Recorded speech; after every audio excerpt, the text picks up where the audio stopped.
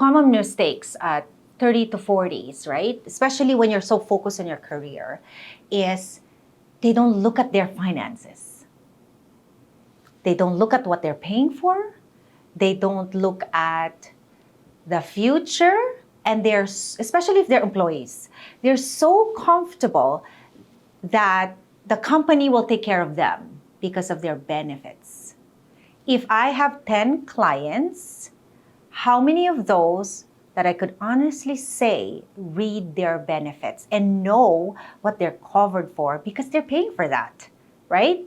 I would say only 1 out of 10. That's why I always tell them, read your benefits because you're paying for that. Know what you're getting in return and if it's worth to keep some of those benefits.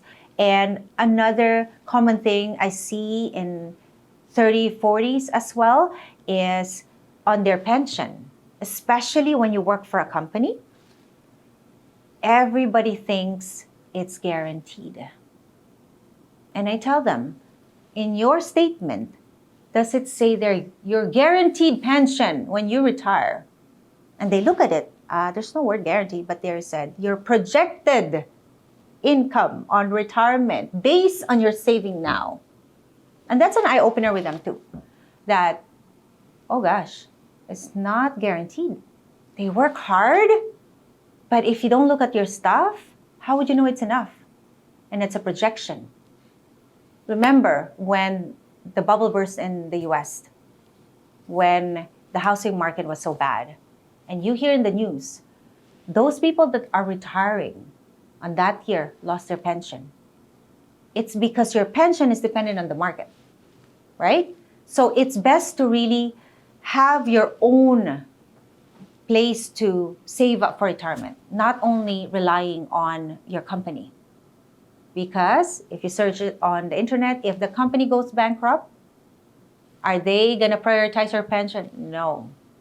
They're gonna prioritize paying first the higher ups to save the company. Another common mistake is they work hard, they send money back home. I'm talking about our culture. There's no problem in helping families. In fact, it's a good thing. It's in the Bible. But I believe that you have to help yourself first. Do that emergency fund. Make sure your retirement is okay. You have proper insurance. Your expenses are covered. Then you give back. It's so good to give back when you know for a fact that you yourself, you're covered. Because in Canada, we're by yourself. It's not like in the Philippines, something happens, you borrow.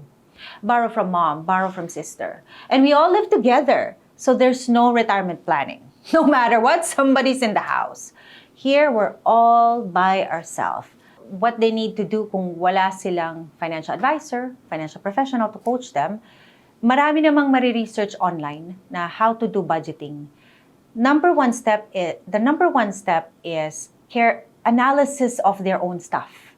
So they can do it themselves. You know, how much am I making? Okay, what are the incomes that are coming in my household? And then what are my expenses? So a lot of times when my clients do this exercise, they feel like, oh my gosh, I've been paying for this for quite a while.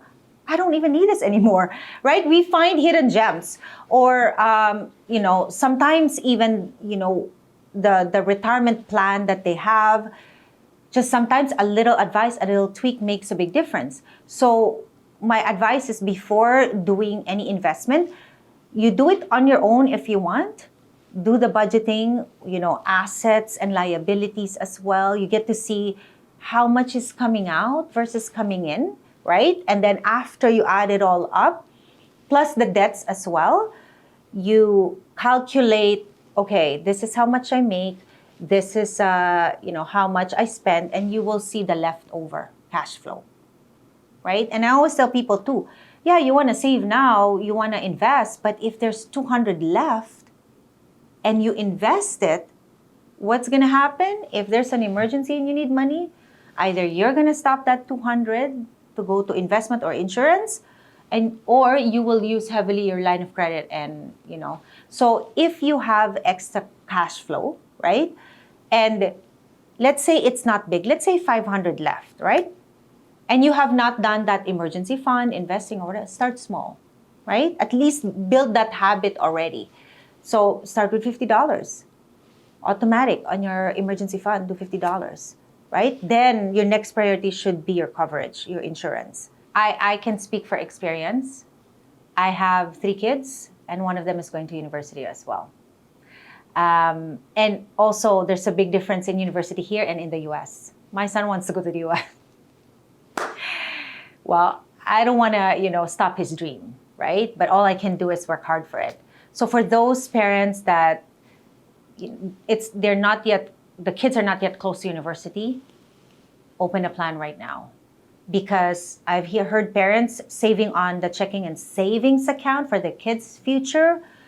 Don't do that because, again, inflation is happening. Cost of education right now is average 4-year, average about 50,000. We're not talking about doctors, nurses, engineer, lawyers. No, we're talking about 4-year degree.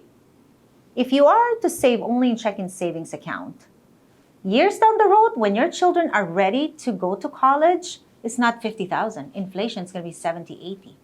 But you're putting your money into checking and savings with 1% interest. So how can you honestly say when your kids goes to college, it's enough? So there are plans out there, like with the government, it offers grants, RESP. It's free money. You're paying for taxes anyways. If you don't open that up, you're putting your tax towards somebody else's kid to go to school, right? I say it all the time, free money, right? But if you're not going to go that route, at least if you're going to save for your children, for their education, make sure that's being invested to outpace inflation, right? So that's a common mistake. Plan ahead, start early. But for those that, like me, kids that are close to college already, there's scholarships out there. There's tons of scholarship. It's just a matter of really having someone to help you to find it. And there are agencies that can help you find scholarships. There is a life insurance company that offers scholarships to children, right? So, assess your life insurance too. Some people I've sat down with, they have that specific life insurance that offers scholarship when they pass away, free scholarship for the children. Or even if they're living, they offer scholarship to the children, to the nephew, to the grandkid, just because you're holding a policy. Again, it goes back to looking at your personal finance. What are you paying for, right? Maximize the things that you're paying for. Some life insurance have will, power of attorney, health directive for free. They don't know that, so they go to the lawyers, end up paying $700 for the will, right? So scholarships would be great, and take advantage of any government grants.